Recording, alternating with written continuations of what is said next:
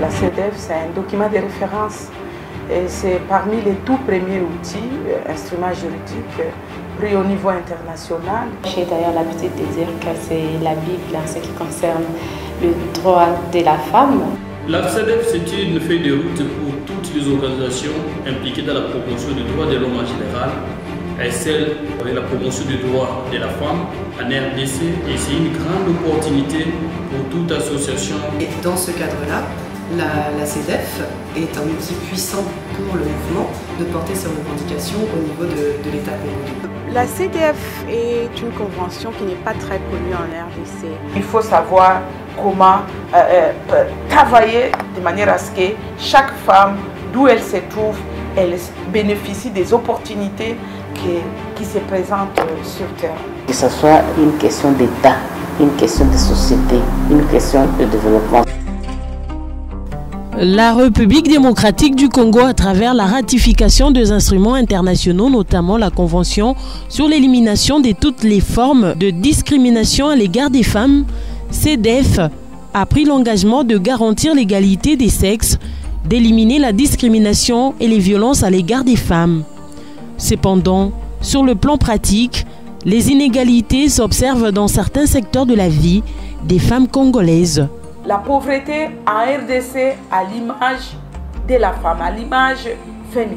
Dans ce contexte-là, ça poursuit la femme même dans les différents domaines de la vie nationale. Je vais parler par exemple de la participation politique. La RDC a connu des cycles électoraux, mais malgré cela, la participation de la femme reste faible. Près de 30 ans après la ratification de cet instrument, le gouvernement congolais, les ONG locales et les partenaires techniques et financiers continuent d'œuvrer pour l'effectivité de ces droits. La RDC avait signé cette convention depuis 1986, mais il y avait des problèmes par rapport aux avancées.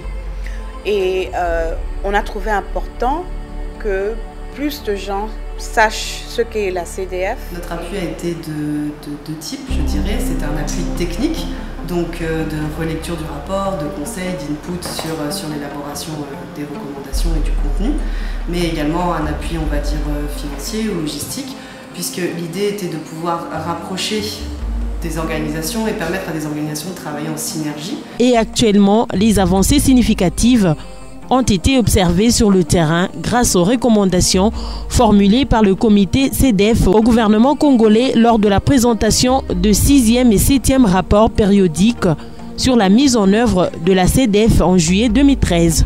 Nous sommes parmi les rares pays à avoir fait voter la loi de la mise en œuvre des droits de la femme et de la parité. Nous sommes parmi les rares pays dont la loi sur les violences sexuelles est aussi explicite et même sévère en ce qui concerne les violences sexuelles. Des avancées significatives ont été constatées en RDC.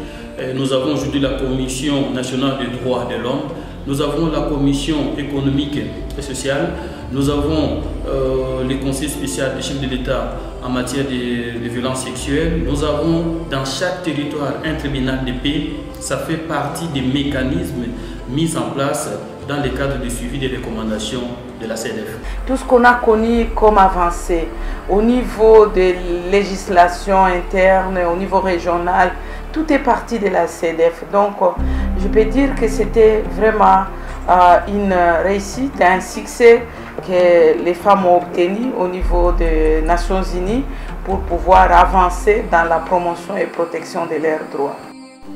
La CEDEF reste une opportunité pour les ONG locales pour le monitoring suivi des obligations du gouvernement congolais. Nous savons que la RDC s'est engagée à mettre en œuvre la CEDEF depuis 1986 et c'est la raison pour laquelle nous, en tant que masse critique, nous suivons l'évolution de cette mise en œuvre. Raison pour laquelle la soumission des rapports périodiques et l'examen périodique est fait chaque 4 ans pour voir comment est-ce que cet instrument est en train d'être mis en œuvre et en même temps ça permet aussi au pays de s'auto-évaluer parce que Cet exercice-là de rédaction des rapports périodiques, ça fait que les pays tout entiers s'auto-évaluent par rapport à eux-mêmes, par rapport à des lois, à sa législation. Pourtant, les défis à relever sont encore nombreux. Ce sont des pesanteurs culturelles qui constituent aussi aujourd'hui un blocage par rapport à la mise en application de toutes les dispositions. La loi sur la parité a été promulguée, le code de la famille a été révisé. Cependant, nous déplorons que sur le plan de la pratique, presque rien n'a été entrepris comme initiative. Mais la mise en œuvre, comme je disais encore, c'est là où il y a toujours les défis et l'opportunité que offrent les comités qui siègent sur la CDF de faire en sorte que chaque pays puisse soumettre son rapport périodique tous les 4 ans.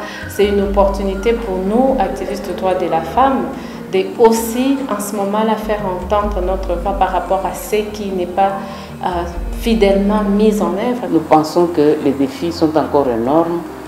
Nous avons comme perspective d'avoir une base de données d'une façon permanente qui pourra nous aider à ce que nous puissions, avec des partenaires, les amener à ce que régulièrement qu'ils puissent envoyer des données pour que nous puissions être à temps avant de pouvoir défendre le rapport. L'harmonisation de vues de toutes les parties prenantes et les efforts en synergie sont nécessaires pour la mise en œuvre effective de la CDF. Nous devons vraiment créer des synergies dans nos approches respectives. Nous voulons vraiment que nos partenaires nous accompagnent pour que nous puissions décortiquer tout ce qu'il y a comme cible objectif en comparant avec les articles de la CDF et qu'on puisse avoir vraiment un programme structuré qui puisse nous aider à ce que régulièrement nous puissions être en mesure de répondre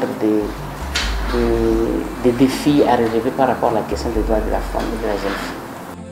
Grâce à l'ONG internationale, au CISA et à Alerte Internationale, les formations et sensibilisations ont été menées auprès de toutes les parties prenantes dans les grandes villes du pays, tout comme à l'intérieur, ainsi qu'à la dissémination des recommandations formulées en RDC par le comité CDF.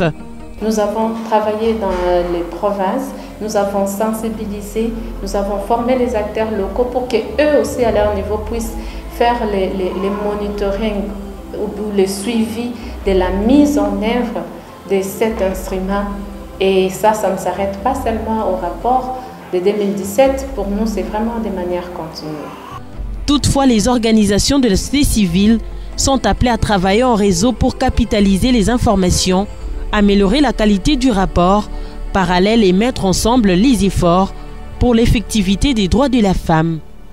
Nous allons vers les partenariats mondiaux, ça fait partie des 17 objectifs de développement durable et il est important que les ONG, et nous avons plus de 14 thématiques, si toutes les thématiques œuvrent ensemble et on capitalise toutes les informations, je crois bien que nous aurons un rapport parallèle fiable et qui pourra permettre à l'État congolais ainsi qu'au comité CDF de voir dans la mesure des possibles aider la RDC à relever les niveaux, surtout liés à la promotion et protection des droits de la femme. Réfléchir beaucoup plus en synergie, parce que vraiment il n'y a que la synergie qui peut permettre d'arriver à des résultats concrets et à un changement pour les droits de la femme en RDC. Le travail en synergie, ce n'est pas facile, mais c'est important. Ça, c'est la première chose pour moi. Et pour nous, en tant qu'Afia-Mama, nous avons appris que ce n'est pas facile de travailler en synergie. La deuxième chose que nous avons appris, c'est que c'est important d'approcher d'autres acteurs. En tant que fondation, qu'on puisse fédérer les efforts.